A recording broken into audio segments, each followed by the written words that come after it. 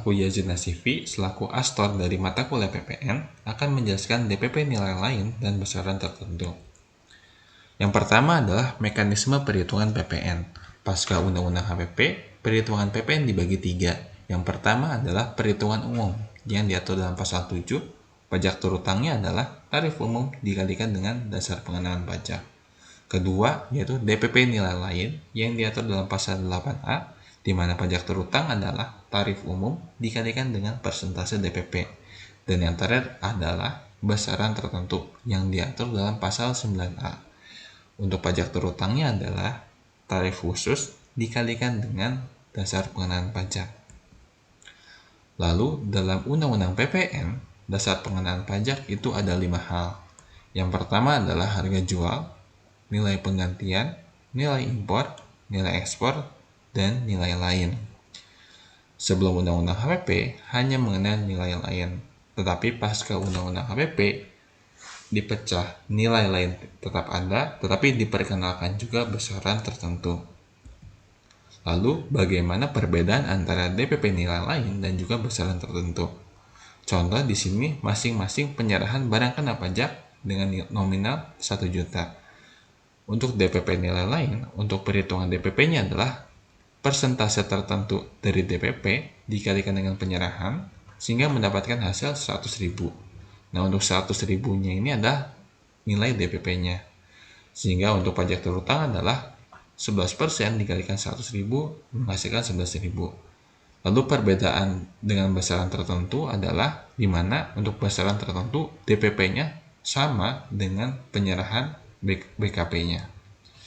Yang berbeda adalah tarif yang digunakan, di mana tarif yang digunakan bukan 11%, tetapi menggunakan tarif khusus. Lalu untuk perlakuan pajak masukan sendiri, untuk DPP nilai lain itu dapat dikreditkan. Sedangkan besaran tertentu pajak masukan tidak dapat dikreditkan.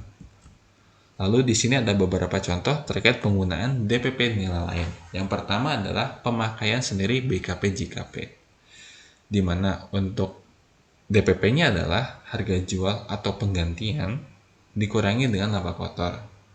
Pemberian cuma-cuma atas BKP JKP, harga jual atau penggantian dikurangi laba kotor. Penyerahan film cerita, perkiraan hasil rata-rata judul film. Kemudian untuk penyerahan produk hasil tembakau yaitu HJE atau harga jual eceran. Lalu untuk pasal 16D yaitu menurut tujuan semula tidak untuk diperjualbelikan. Contohnya di sini ada perusahaan tekstil gitu ya, di mana dia jual beli tekstil, tetapi ada mesin yang ingin diganti atau ingin dijual, di mana kan mesin itu bukan merupakan usaha intinya ya. Nah, atas penjualan mesin tekstil di sini contohnya yaitu menggunakan DPP harga pasar wajar.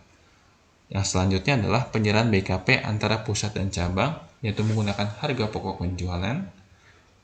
Penyerahan BKP melalui dagang perantara, itu harga yang disepakati perantara dengan pembeli, dan penyerahan BKP melalui juru lelang, yaitu harga lelang. Selanjutnya terkait penyesuaian pasca Undang-Undang HPP.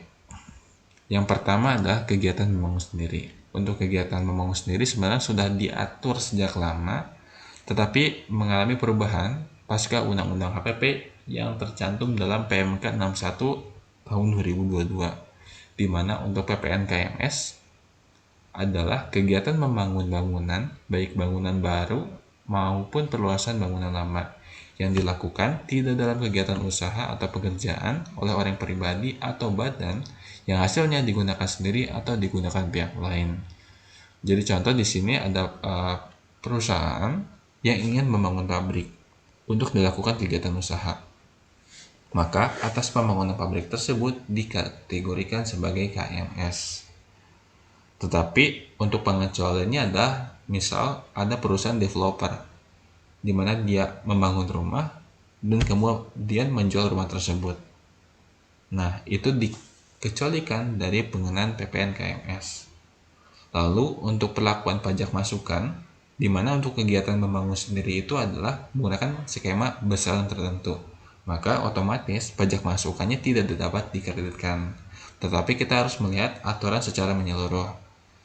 Yang tidak dapat dikreditkan itu adalah perolehan BKP dan atau JKP sehubungan dengan KMS. Misal tadi perusahaan ingin membangun pabrik, di mana perusahaan ini perlu bahan baku, misal keramik ataupun semen gitu ya, di mana atas pembelian bahan baku tersebut ada PPN yang dibayarkan. Nah, atas PPN yang dibayarkan tersebut tidak dapat dikreditkan. Lalu yang dapat dikreditkan adalah nilai PPN yang tercantum dalam surat setoran pajak PPN KMS, di mana ini menggunakan skema dokumen tertentu, itu dapat dikreditkan. Lalu untuk ketentuannya sendiri, yaitu yang pertama adalah konstruksi utamanya terdiri dari kayu, beton, pasangan batu bata, atau bahan sejenis dan atau baja. Jadi yang dimaksud di poin 1 ini adalah untuk KMS itu adalah bangunan permanen. Yang kedua, diperuntukkan bagi tempat tinggal dan atau tempat kegiatan usaha. Yang ketiga adalah luas keseluruhan paling sedikit 200 meter persegi. Lalu untuk perhitungan pajak terutang sendiri adalah besaran tertentu dikalikan dengan DPP, di mana untuk perhitungan besaran tertentunya sendiri adalah 20% dikalikan dengan tarif PPN. Maka untuk tahun 2022 selepas masa April yaitu 20% dikalikan 11%, sehingga mendapatkan besaran tertentu adalah 2,2% dikalikan dengan DPP-nya. Lalu bagaimana terkait KMS yang dilakukan secara bertahap? Jadi KMS boleh dilakukan secara bertahap tetapi dalam jangka waktu 2 tahun. Selebih dari waktu yang telah ditentukan yaitu 2 tahun, maka dianggap sebagai kegiatan membangun sendiri yang terpisah. Contoh di poin ketiga di sini, di mana dia membangun bangunan 2 tahun 1 bulan. Maka antara tahap 1, tahap 2 itu dikategorikan sebagai 1 KMS, dan untuk bangunan ini jadi gitu ya, di ke tahap 3-nya, maka itu sudah menjadi KMS yang terpisah. Lalu saat terutangnya adalah mulai dibangunnya bangunan sampai dengan bangunan selesai, dan tempat terutang adalah tempat bangunan didirikan. Lalu di sini contohnya gitu ya terkait KMS. Pada April 2022, Bapak Budi memulai membangun sebuah rumah untuk tempat tinggal pribadinya. Luas keseluruhan dari rumah tersebut adalah 200 meter persegi. Biaya-biaya yang dikeluarkan oleh Bapak Budi sebagai berikut. Yang pertama, pembelian tanah 200 juta, izin mendirikan bangunan 20 juta, pembelian bahan bangunan secara keseluruhan yaitu 222 juta termasuk PPN, lalu biaya upah mandor dan pekerja bangunan 70 juta, maka berapakah PPN yang terutang atas pembangunan rumah tersebut? Maka untuk menjawabnya adalah 20% dikalikan tarif PPN dikalikan DPP. Jadi besaran tertentunya itu akan 2,2%, atau bisa disederhanakan dikalikan dengan biaya tidak termasuk biaya pembelian tanah. Jadi untuk DPP-nya sendiri adalah yang pertama adalah pembelian bahan baku, dan yang kedua adalah biaya upah mandor dan pekerja bangunan. Untuk pembelian tanah tidak termasuk, izin mendirikan bangunan pun tidak termasuk. Nah, yang kedua mungkin ini revisi dari Astor sebelumnya. Jadi untuk PPN, jadi bahan bangunan yang termasuk PPN itu masuk dalam perhitungan PPN KMS. Jadi di sini nanti 222 jutanya harus dikeluarkan dulu nilai PPN-nya. Baru ditambahkan dengan biaya upah mandor dan pekerja bangunan. Maka di sini mendapatkan nilai DPP adalah 270 juta. Sehingga pajak terutang atas PPN KMS adalah Rp5.940.000. Itu untuk kegiatan membangun sendiri. Selanjutnya terkait jasa kena pajak tertentu, di mana diatur dalam PMK 71 tahun 2022 ada 5 jasa kena pajak yang menggunakan skema besaran tertentu. Yang pertama adalah jasa pengiriman paket pos, jasa biro perjalanan wisata dan atau jasa agen perjalanan wisata. Yang ketiga, jasa pengurusan transportasi atau freight forwarding, di mana untuk ketiga ini yaitu tarifnya adalah 1,1% dari jumlah yang ditagih atau yang seharusnya ditagih. Untuk jasa pengurusan transportasi atau freight forwarding yang dimaksud adalah terkait jasa, terkait pengiriman barang yang berkaitan dengan baik itu jalur darat, laut ataupun udara yang menggunakan misalnya menggunakan pesawat terbang ataupun kapal laut. Ini termasuk dari freight forwarding itu sendiri. Yang keempat adalah jasa pemasaran dengan media voucher. Itu tarifnya adalah 1,1% dari harga jual voucher. Kemudian yang terakhir adalah jasa perjalanan ke tempat lain dalam perjalanan ibadah keagamaan, di mana apabila dirinci yaitu tarifnya 1,1%, apabila tidak dirinci tarifnya 0,55%. Yang maksud dirinci atau tidak dirinci adalah contohnya di sini. Misal ada perjalanan umroh, lalu perjalanan umroh itu disertai dengan perjalanan wisata ke Turki. Nah, apabila dirinci, maka atas perjalanan umrohnya saja akan dikenakan tarif 1,1%. Sedangkan misalnya tadi perjalanan umroh disertai liburan ke Turki, maka atas seluruh biaya, baik itu umroh dan juga perjalanan ke Turki, akan dikenakan PPN 0,55%. Selanjutnya masuk kepada kendaraan bermotor bekas. Jadi untuk objek PPN-nya adalah penyerahan kendaraan bermotor bekas. Nah, untuk kendaraan bermotor bekas yang dimaksud adalah bukan BKP berupa aktiva yang menurut tujuan semula tidak untuk diperjualbelikan sebagaimana yang tercantum dalam pasal 16D Undang-Undang PPN.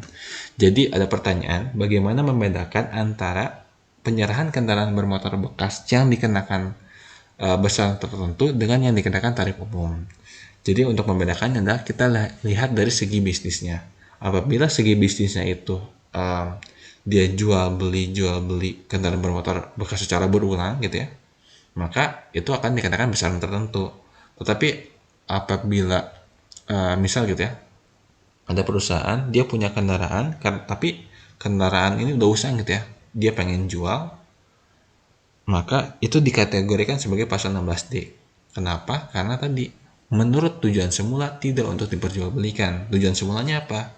Digunakan untuk aktivitas operasional perusahaan itu kendaraan. Maka atas penjualan kendaraan tadi ya, operasional perusahaan, maka dikategorikan sebagai pasal 16D yang mana akan menggunakan skema tarif umum. Lalu untuk kendaraan bermotor bekas itu PPN terutangnya adalah 1,1% dikalikan dengan DPP, yang mana DPP-nya adalah harga jual tidak termasuk PPN. Lalu pajak masukannya tidak dapat dikreditkan. Selanjutnya terkait kendaraan bermotor bekas, apabila suatu perusahaan gitu ya atau PKP pengusaha pajak memiliki bisnis yang berbeda, misalnya yang pertama adalah jual beli kendaraan bermotor bekas, yang kedua adalah penjualan aksesori gitu ya, maka atas dua bisnis yang berbeda tersebut perlu dilakukan pemisahan. Jadi contoh di sini Tuan A melakukan penjualan kendaraan bermotor bekas dan BKP lainnya berupa aksesori kendaraan bermotor. Jadi yang pertama adalah atas penyerahan kendaraan bermotor bekas, Tuan A wajib memungut PPN yang terutang dengan skema besaran tertentu. Sedangkan atas penyerahan aksesori kendaraan bermotor menggunakan tarif yang tercantum sesuai dengan ketentuan perundang-undangan di bidang perpajakan. Jadi di sini menggunakan tarif umum untuk aksesori kendaraan bermotor. Mungkin cukup sekian dari saya terkait penyampaian DPP yang lain dan besaran tertentu. Apabila ada ditanyakan, boleh ditanyakan. Mohon maaf bila ada kesalahan. Sekian, terima kasih.